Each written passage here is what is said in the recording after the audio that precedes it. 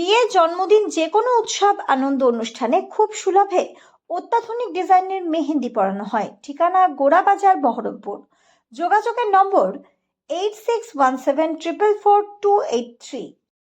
সবাই জানেন, সারা বাংলার মানুষ সামনে আমাদের বিধানসভা নির্বাচন এবং সেই নির্বাচনের পাশাপাশি গত অক্টোবর মাস থেকে যে এসআইআর প্রক্রিয়া শুরু হয়েছে, আজকে বাংলার মানুষ দিশাহারা। আমার 64 নম্বর মুর্শিদাবাদ বিধানসভায়, যে বিধানসভায় যখন প্রথম আমাদের ভোটার লিস্ট বেরোলো, তাতে আমরা দেখলাম অ্যাডজুডিকেশনের সংখ্যা হচ্ছে 21,150 এবং ডিলিটেডের সংখ্যা ছিল 4,180। এবং সেই সময় সারা মানুষের মধ্যে একটা বিভ্রান্তির সৃষ্টি হয়েছে। আমাদের তেঁতুলিয়া অঞ্চলে একজন মানুষ মারাও গেছেন এই আতঙ্কে, তার পরিবারে 10 জন মানুষের নাম ডিলিটেডে এসেছে বলে। আবার গতকাল থেকে আমরা নেক্সট যে ভোটার লিস্ট আসছিল সেটা আমরা দেখতে পাচ্ছি এবং তাতে দেখা যাচ্ছে যে 21,150 অ্যাডজুডিকেশন কেস ছিল, তার থেকে প্রায় 70% বাদ চলে গেছে। এখানে আমার পূর্ত কর্মাধ্যক্ষ রয়েছেন, যার সমস্ত কাগজ ঠিক আছে, আবু তালেব কন্যা। আমার দলনেতা প্রসাদপুর অঞ্চল এখানে উপস্থিত আছে, আমার কাপাসডাঙ্গা অঞ্চলের মণি আছে, এখানে আমাদের মেম্বার আছে। এরকম বিভিন্ন মেম্বার, বিভিন্ন পঞ্চায়েত সমিতি, জেলা পরিষদের সদস্য, যাদের নাম সমস্ত পেপার থাকার পর তাদেরকে আজকে যে নতুন লিস্ট বেরোলো, সেই লিস্টে দেখা যাচ্ছে তাদের নাম ডিলিটেড হয়ে গেছে।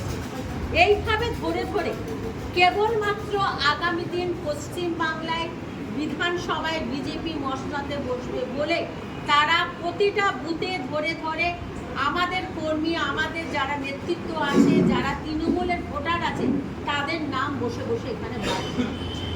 এই যে ঘৃণ চক্রান্ত শুরু হয়েছে, যার ফলে আজকে 64 নম্বর মুর্শিদাবাদে 70% ভোট আজকে প্রায় বাদ হয়ে গেল, মানে ডিলিটেডের তালিকা চলে গেল। ট্রাইব্যুনালের যে ব্যাপার, এখনো নোটিফিকেশন জারি হয়নি। মানুষ বিভ্রান্ত হয়ে যাচ্ছে, মানুষ বলছে আমরা কোথায় অ্যাপ্লাই করব। কিন্তু আমার বক্তব্য এই জায়গায়, তাহলে কি ভারতবর্ষের গণতন্ত্র থেমে গেল? ভারতবর্ষে আজকে যেভাবে কেবলমাত্র সাধারণ মানুষকে রাজনীতির শিকার করা হচ্ছে, সাধারণ মানুষকে নিয়ে যেভাবে খেলা করে আজকে কেবলমাত্র বিজেপির বিধায়ক তৈরি করার জন্য যে খেলা তৈরি হচ্ছে, তার জন্য আমি সর্বস্তরের মানুষকে আমি সজাগ করছি। আমরা সর্বত্রভাবে আমাদের ডেস্ক খুলছি, হেল্প ডেস্ক খুলছি, ব্লকে থাকবে, প্রত্যেকটা অঞ্চলে থাকবে, পৌরসভায় থাকবে, আমাদের পিআরএস যারা আছে, আমাদের টিআরএস যারা আছে, আমাদের বিএলএ টুরা বাড়ি বাড়ি যাবে। আপনারা তাদের কাছে কাগজপত্র জমা নিন, আমরা চেষ্টা করব আমাদের পক্ষ থেকে যতটা পারবো সহযোগিতা করার। জানি না ফাইনাল কি হবে, কারণ সম্পূর্ণটা ইলেকশন কমিশনের হাতে। তারা কি পদ্ধতি গ্রহণ করছে এটা সম্পূর্ণভাবে আমাদের অজানা। আমি তৃণমূল কংগ্রেসের প্রার্থী শাওনি সিংহ রায় হিসাবে আমি আমার মুর্শিদাবাদ বিধানসভার মানুষের জন্য ভীষণভাবে চিন্তিত। তাই মানুষকে আমরা সজাগ করবো, যে অন্যায় করছে এই অন্যায় কিন্তু প্রতিবাদ হওয়া উচিত। আপনারাও প্রতিবাদ করুন, আমরাও প্রতিবাদ করি, একসঙ্গে ঐক্যবদ্ধভাবে।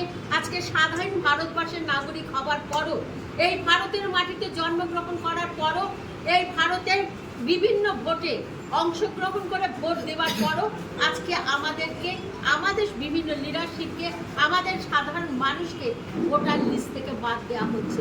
এটা হচ্ছে গুরুতর অন্যায়। এই অন্যায়ের প্রতিবাদ জানাচ্ছি এবং মানুষকে সজাগ হওয়ার জন্য আমরা বার্তা দিচ্ছি। এই যে দিদি হেল্প ডেস্ক খুলবেন, এটাতে মানুষের কতটা সুবিধা এবং উপকার হবে বলা হয়? দেখুন, সঠিক পথটা এখনো পর্যন্ত ক্লিয়ার আমাদের ইলেকশন কমিশন বলছে, যেটা শুনেছি যে ট্রাইব্যুনাল হবে, কিন্তু তার নোটিফিকেশন জারি হয়।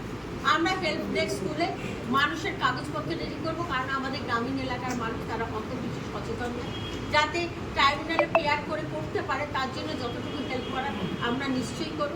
তবে মানুষ দেখছে, মানুষ এর বিচার করবে, এইটুকু আমরা বিশ্বাস জানি যে একদিন মানুষেরই জয় হবে এবং সেই জয়ে আমরা সফলতার ফাঁসে আসবো। মানুষের পাশে আমরা আছি এবং আগামী দিনও থাকবো।